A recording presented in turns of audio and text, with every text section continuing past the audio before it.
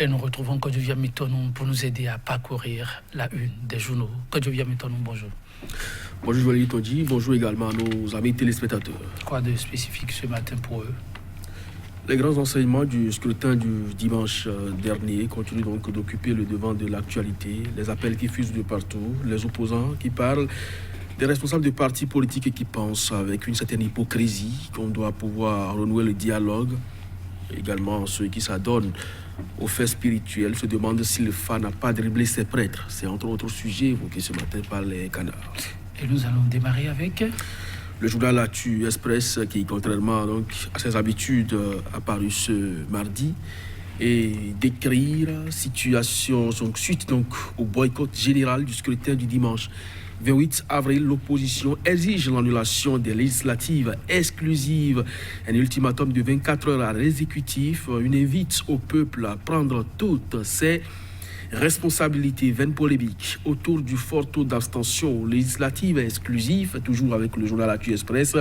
Un secret de polichinelle, impossible donc de tromper l'évidence. Halte aux marchands d'illusions au service du mensonge, de la délation et des intoxications monstre. Le journal La Dépêche, législative non inclusive de février 2019, mais c'est bien sûr d'avril. Le journal La Dépêche donc s'est trompé de moi alors.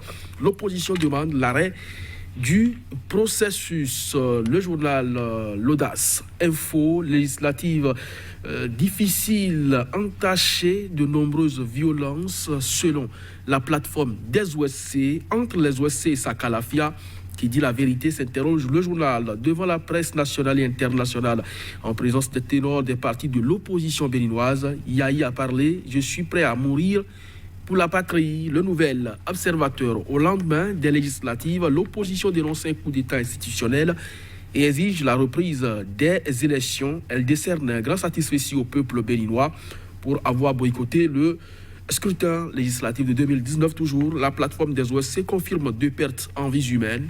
Les législatives du dimanche dernier n'honorent pas le Bénin. Le journal Le Pays émergent, élection législative du 28 avril.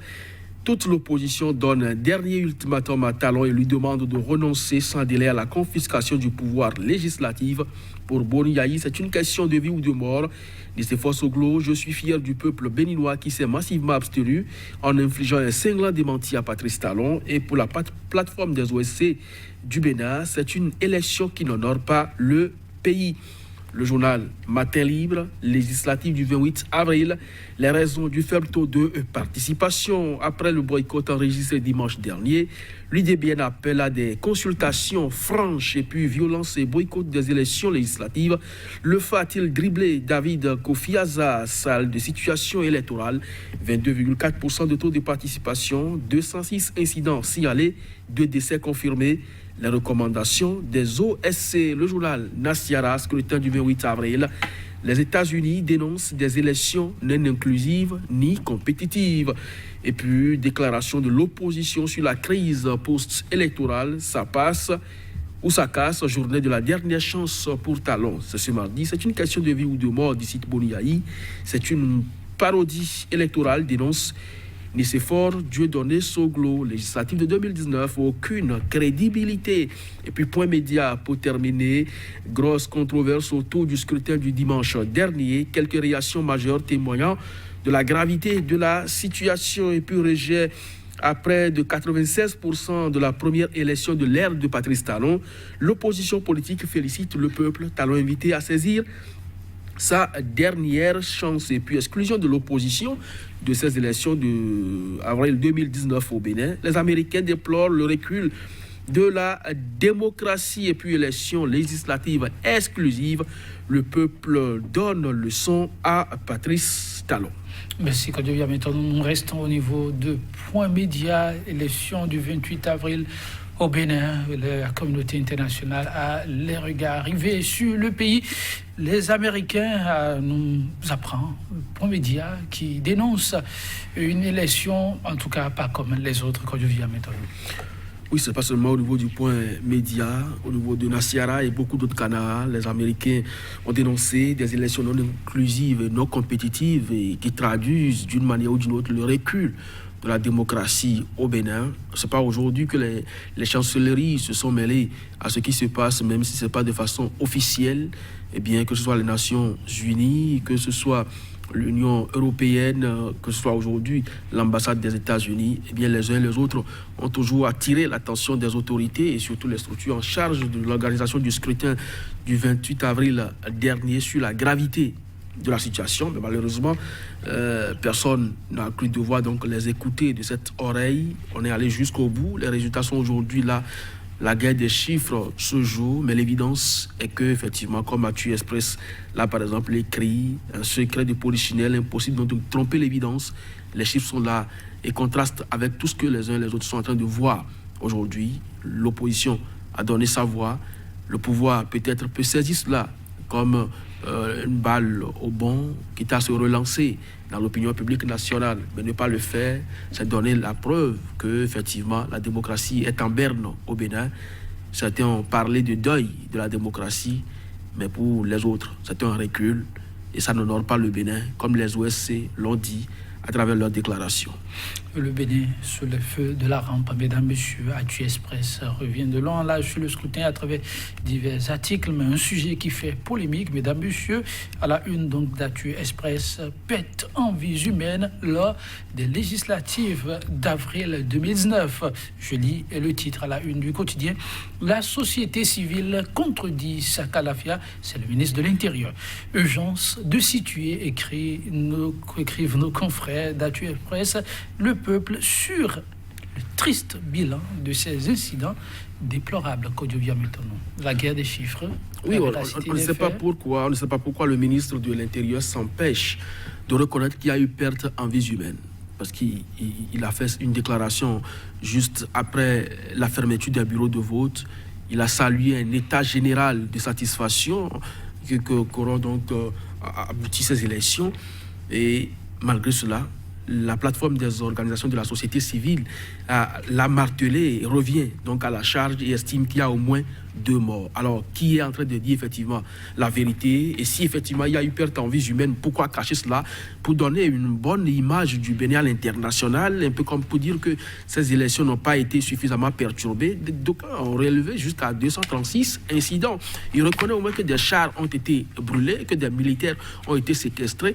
Alors, tout ça, ça n'a rien donné de grave selon le ministre de l'Intérieur. Je crois que peut-être parce que lui, il avait déjà dit au préalable qu'il allait brûler en premier ceux qui tenteraient de brûler ou bien fracturer au besoin autant de fois que ce peut ces citoyens qui voudraient donc s'en prendre aux urnes. Peut-être parce que ce n'est pas lui qui a été à l'origine de ces pertes en vies humaines. Ça ne l'a pas peut-être à mon avis. De toutes les façons, la plateforme des OSC croit dur comme fait qu'il y a eu perte en vies humaines. Le ministre soutient qu'il n'y a pas eu de décès. Je crois que les deux parties doivent s'entendre.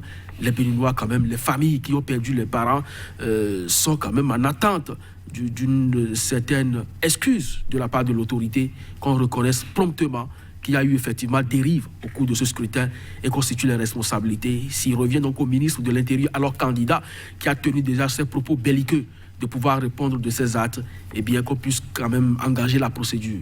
Parce que personne ne doit, dans le cas d'espèce, fuir la responsabilité. Au-delà de la responsabilité, monsieur, il s'agit bien de vies humaines et une vie en moins, ça reste une vie et ça compte pour beaucoup.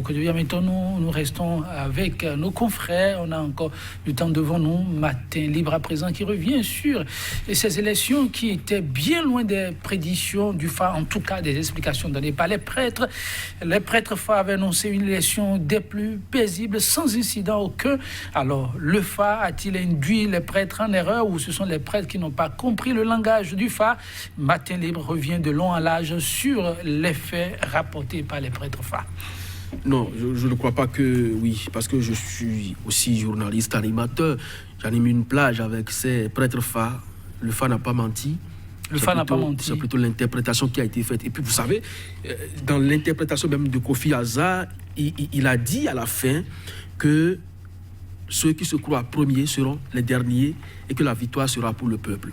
Aujourd'hui, l'opposition est sortie, c'est pour féliciter la population qui a massivement boycotté les élections. Et le FA, lorsque vous l'interrogez, il consulte aussi pour le passé comme pour l'avenir.